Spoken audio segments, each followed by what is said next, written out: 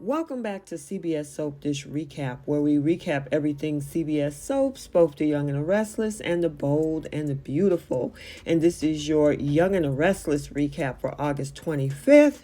And look like Phyllis have finally turned over her hotel to Chancellor Winters.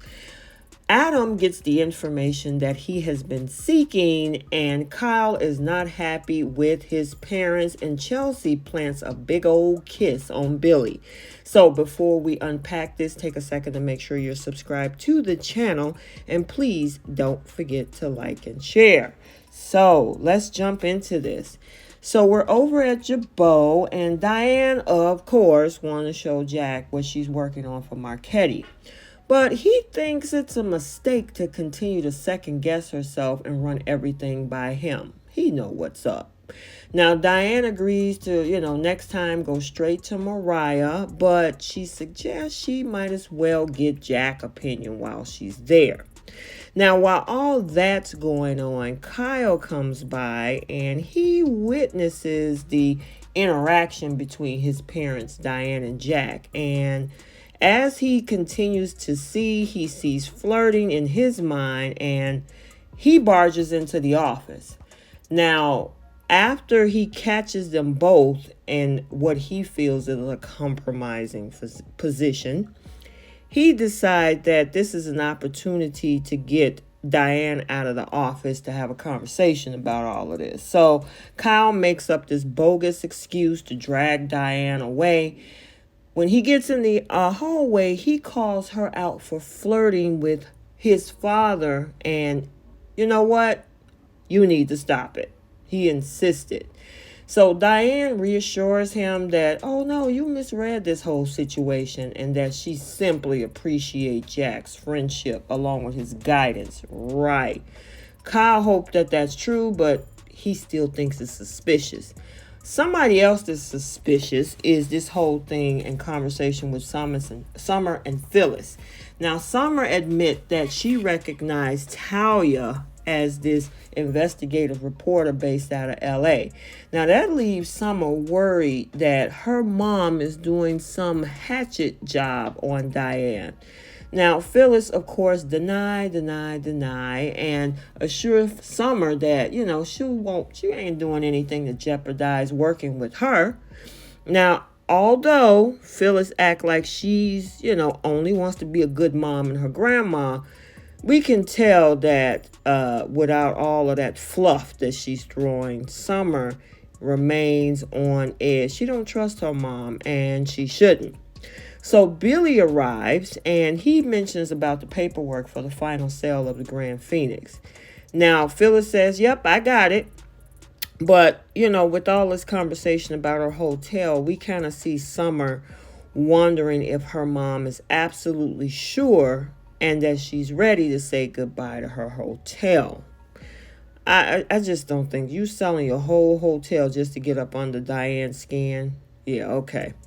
Phyllis, of course, she decided to go ahead and sign the paperwork on her tablet, and she insists it's done. Now, Billy asked Phyllis if she's absolutely certain about all of this, but she thinks it's another chance to prove the naysayers that there's nothing she can't do. Yeah, except blow up your world and turn your daughter against you, because when she finds out what you're doing, yeah, she's not going to be happy with you and the fact that you've been lying to her face all this time. So now we're over at Chancellor Park. Sally bumps into Chelsea. Sally points out that she saw this intense conversation that Chelsea was having with Adam earlier. Now, Chelsea acts like everything is just fine and play, up how she has this forever bond with Adam due to Connor, as well as their crazy, toxic, intense history. Now, once Chelsea highlights the fact that Sally wasn't with Adam, very long, Sally argues that their time together was still passionate and very, very intense. And Sally thinks Chelsea is exaggerating her own lingering connection to Adam. Now, Chelsea gets this text message that we see from Billy to meet up with him. And when she get that text, she got this weird smile on her face because she knows she got a crush on somebody else's boyfriend, meaning Lily's. Now, we do also see Sally thinks that she understands Adam and knows everything about Chelsea, but her rival insists that can be nothing but further from the truth. And, it pretty much left her in deep thought. So speaking of Adam, we're over at Adam's hotel suite, and Lucas is considered this jack of all trades since he stole the laptop and he intends to hack into it. Now, although Lucas keeps finding all these new fees to add to his bill, it seems like he's worse than the cell phone or the cable company at this point. Adam promises to fairly compensate him, so he's going to get the money that he's asking for. Adam needs the access to that police report in Ashton Locke's case, and he is going to get it. Now, Kevin shows up, knocking and beating on the door like he's the police. Oh, yeah, he does work for the police. He's hurling these accusations at both of them, and yeah, they play the nut role. They play dumb. And since, of course, Kevin has zero proof and zero search warrant, he leaves without his stolen laptop. And, I'm like, Kevin, you should have thought that out first, because, hey, Adam called his bluff. Unless you got a gang of cops out there and a search warrant, you know what? You have no proof, and you might as well see yourself out the door. And pretty much at this point, Kevin knows he's screwed because he didn't think first. And you're dealing with somebody like Adam. Come on.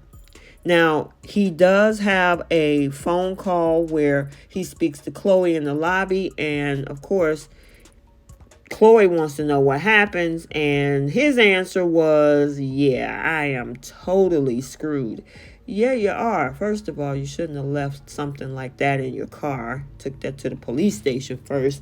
And second of all, you go in there like a bull in a china shop with somebody as analytical as Adam, of course. So now we're back upstairs. Adam gets a text message from Jack asking if he can come by the Jabot office. Now, we see Lucas crack the code and grant Adam access to the Ashland police report. Now, after Adam starts reading through all of the details, Lucas is like, run me my money. Hand me my check. It was a pleasure doing business with him. So he gives him his money, and he obviously is happy with what he received, and he took that bag as well. Once Adam is by himself, he goes on to, finish reading that police report and determine that Victor staged the accident while Chance looked the other way. So, yeah, he makes a call saying, yeah, we need to meet. So let's head over to the podcast studio because Billy admits that he wanted to come together with Chelsea for one last show before he passed the torch over to her. Now, Chelsea remains uncertain. She's kind of iffy about flying solo. But Billy gives her this huge boost of confidence with this pep talk, and they kind of bounce some ideas around.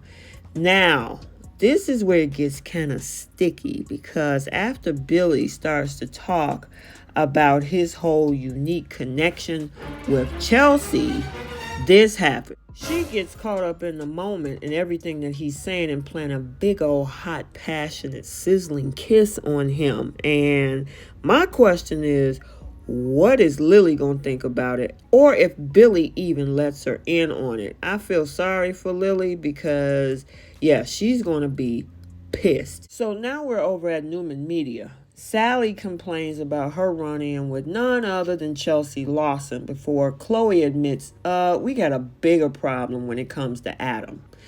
So once Sally hears about Kevin's stolen laptop and his suspicions that Adam's after Ashland's information, Sally thinks that, yep, that sounds about right.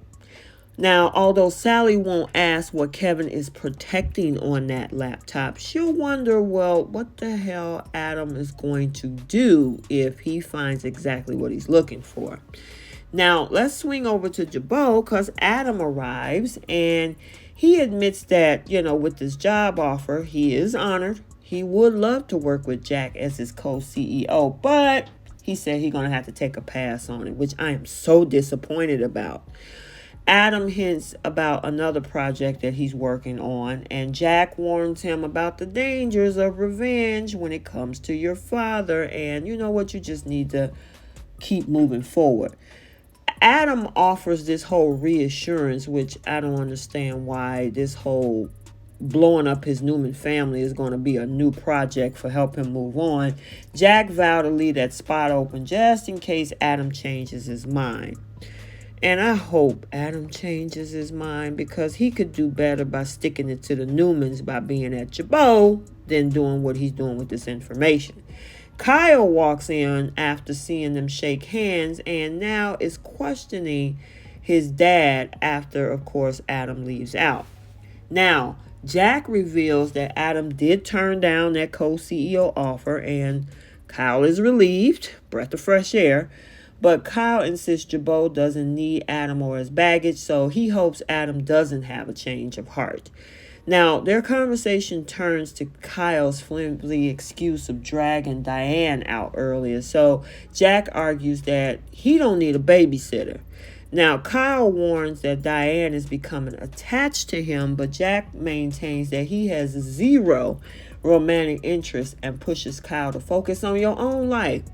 Now, at this point, I mean, how are you going to trip about him asking for Adam to come in when they bought both Phyllis and Diane, which is a ticking time bomb waiting to happen? So, Kyle, you have nothing at this point to speak on. So, go sit down somewhere. Now, Kyle and Summer meet up. They discuss the latest drama with both their moms and decide Jack is right. So, despite their fears, which they should actually keep an eye on, Summer and Kyle agree that it's time to take a step back from the situation and let it go. So now we're over at the Grand Phoenix. Phyllis seems a little sad as she enters the hotel that is no longer hers. Nevertheless, Phyllis shifts gears quickly when she gets Talia on the phone and asks if they can meet about Diane. And I just think she's doing a disservice to herself. She uprooted her whole life just to take Diane down, and ultimately she's the one that's going to lose in the end. So there you have it, your Young and the Restless recap for Thursday, August 25th, 2022. Stay tuned for the Bold and the Beautiful recap that will be uploaded later on this channel as well for today. And let's get the conversation started down in the comment section. What do you think about this whole thing with Chelsea and Billy? And what about the situation with this new information that Adam has found? How is this going to blow up in his face? So let's talk about it. And until the next video, like, comment, and subscribe, and we will see you soon. Bye.